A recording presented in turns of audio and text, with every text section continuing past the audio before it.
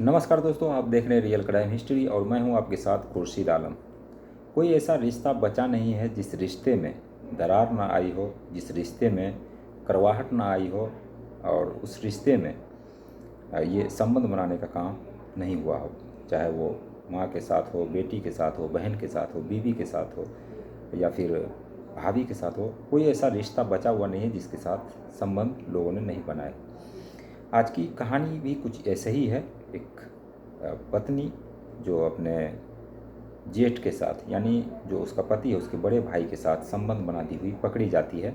और पकड़े जाने के बाद जो इसमें सबसे अफसोसनाक बात यह है कि उसमें एक व्यक्ति की जान जाती है। कहानी पूरी सुनाएंगे और पूरी डिटेल में सुनाएंगे, तो वीडियो को पूरा ज़रूर देखिएगा और एंड तक देखिएगा। दोस्तों, अगर आपने हमारे चैनल को अभी तक सब्सक्राइब नहीं किया तो चैनल को सब्सक्राइब कर लीजिए, क्योंकि मैं इस तरह के जो बीती हुई कहानियाँ हैं वो सभी लाता रहता हूँ। और कहानियाँ सुनाने का मकसद इतना नहीं होता कि सिर्फ आपको कहानियाँ सुनाना है, बल्कि आप सभी को, हम सभी को जागरूक भी होना होता है कि ये जब कहानियाँ सुनेंगे इसमें जो भी निकल के आएगा तोड़ मरोड़, उससे एक सीख भी मिलती है। तो बने रहिए, कहानी को पूरा सुनिए और वीडियो को लाइक और शेयर कर दीजिए।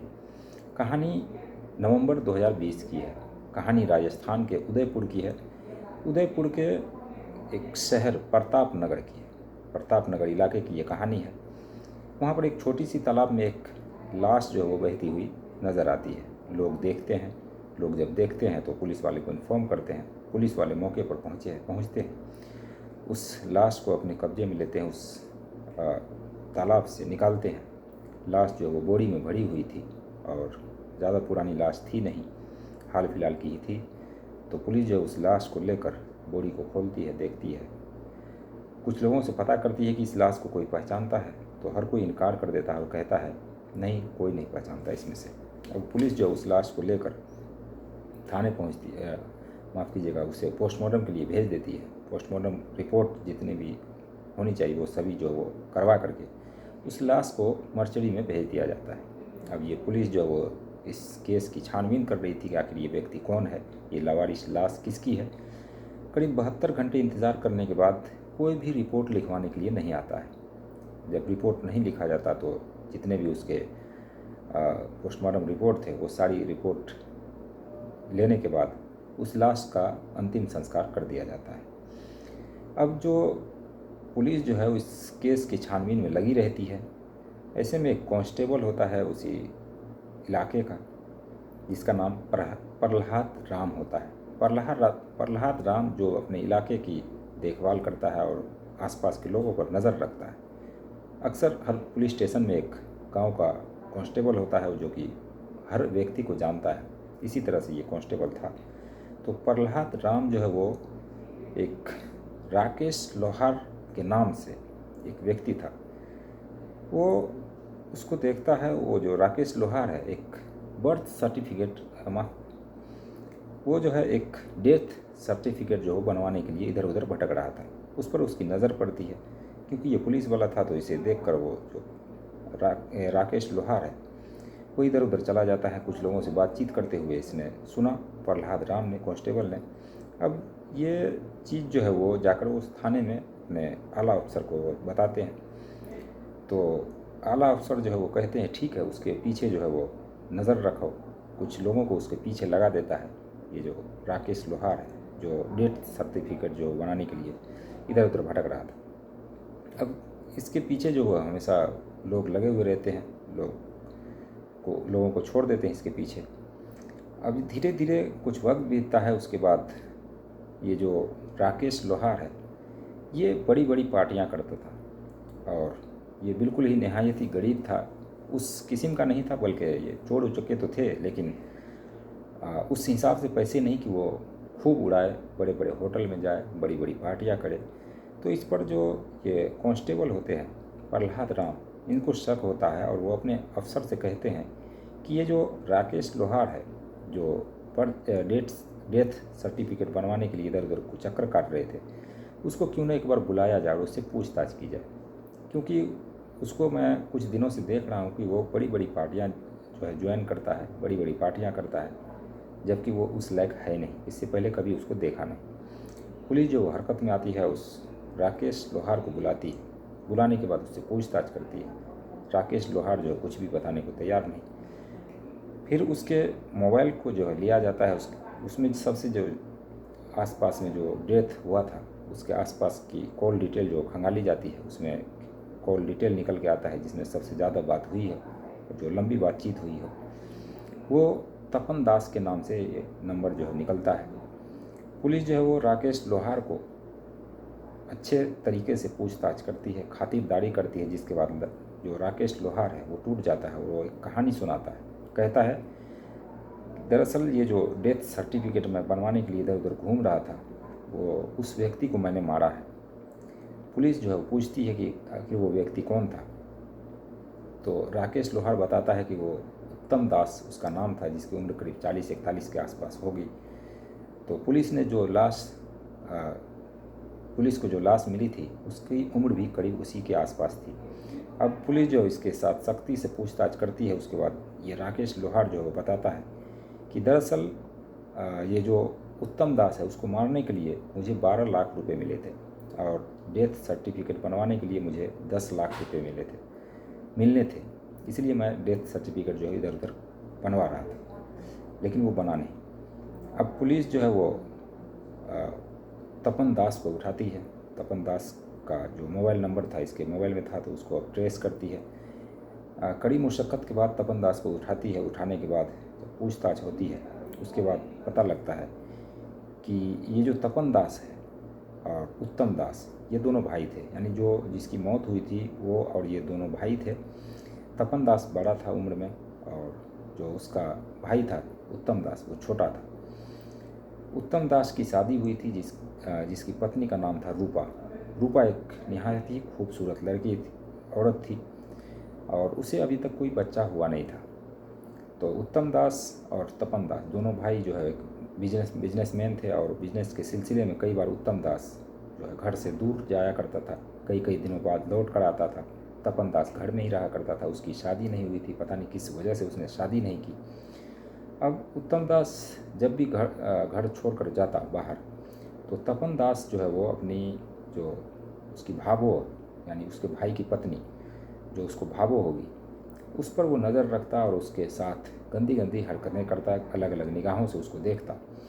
तो रूपा जो वो इतराज़ करती, लेकिन घर में अकेली और तपन दास भी अकेला। अब मौका पाकर तपन दास ने एक दिन रूपा के कमरे में गया। रूपा के कमरे में जब गया तो रूपा जो है वो यूं ही अपने पलंग पर बैठी हुई थी, लेटी हुई थी। तपन दास उस कमरे में जाता है, कमरे की कुंडी लगाता है। कुंडी लगाने के बाद रूपा जो है वो चौंक जाती है कि आखिर आज इस तरह से जो मेरे जेठ है वो क्यों आए हैं घर में। तपन दास रूपा को बड़े प्यार से कहता है कि देखो मेरा कोई भी नहीं है इस दुनिया में, ना तो मैंने शादी की और ना ही मेरे बच्चे हैं। तुम जो है मेरी ख्वाहिशें पूरी करो और मेरे जितनी भी ज़मीन जायदाद जो भी हिस्सा होगा इस बिजनेस में से ये सारा का सारा तुम्हारा ही हो जाएगा, बस तुम मेरी ख्वाहिशें पूरी करती रहो। ये सुनकर रूपा थोड़ी बहुत अचंभित होती है, लेकिन उसके बाद रूपा सोचती है, सोचने का उसको मौका दिया जाता है। रूपा सोचती है, सोचने के बाद वो सोचती है कि ये जो तपन दास कह रहा है मेरा जेठ, वो बिल्कुल सही कह रहा है। आखिर उसका दौलत मेरा ही तो होना है और वैसे भी अगर उसके साथ अगर रिलेशन बना भी लें तो क्या दिक्कत है, क्या आपत्ति है।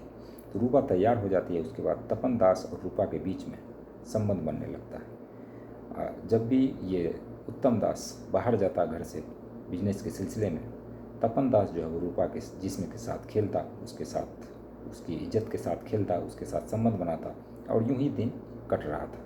लेकिन एक दिन ऐसा आता है जब तपन दास और रूपा दोनों एक कमरे में बंद थे, संबंध बना रहे थे। उसी वक्त उत्तम दास अचानक घर आ जाता है। घर आता है तो देखता है कि जो उसका दरवाज़ा है, घर का दरवाज़ा बंद था।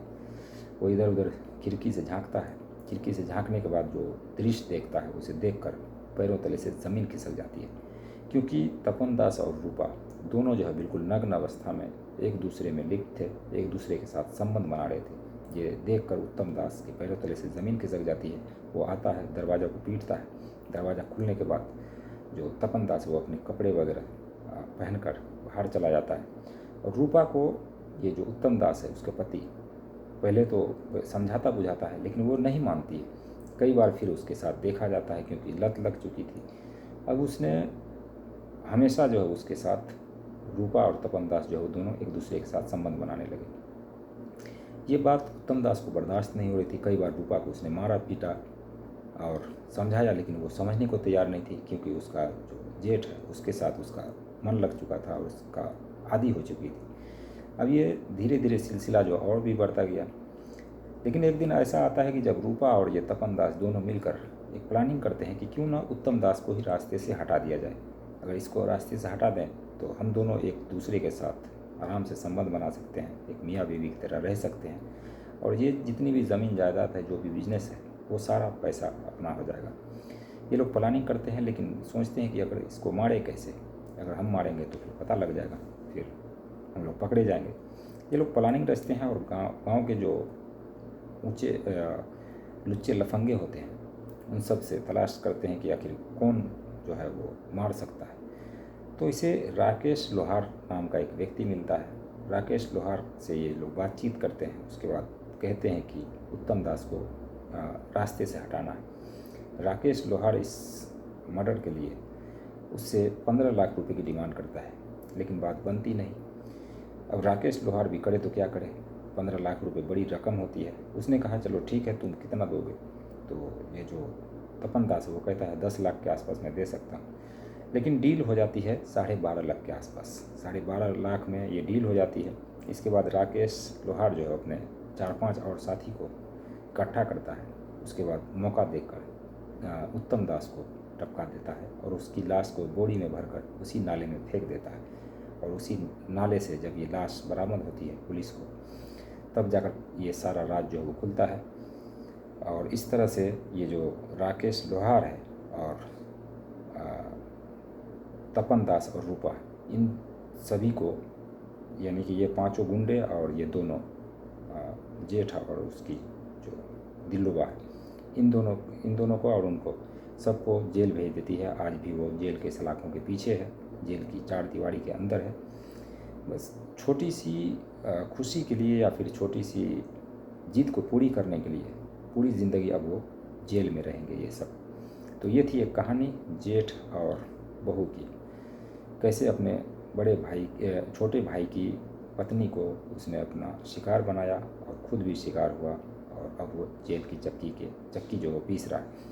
तो दोस्तों ये थी कहानी। इस कहानी को सुनाने का मकसद किसी की भावनाओं को ठेस पहुंचाना नहीं, बल्कि आप सभी को जागरूक करना है। और इस कहानी को लेकर आपके मन में जो भी सवाल हो कमेंट सेक्शन में ज़रूर बताएं। चैनल पे नए हैं तो चैनल को सब्सक्राइब करें और प्यारा सा कमेंट भी करें। तो मिलते हैं नेक्स्ट वीडियो में नई कहानी के साथ। तब तक के लिए बाय बाय, टेक केयर।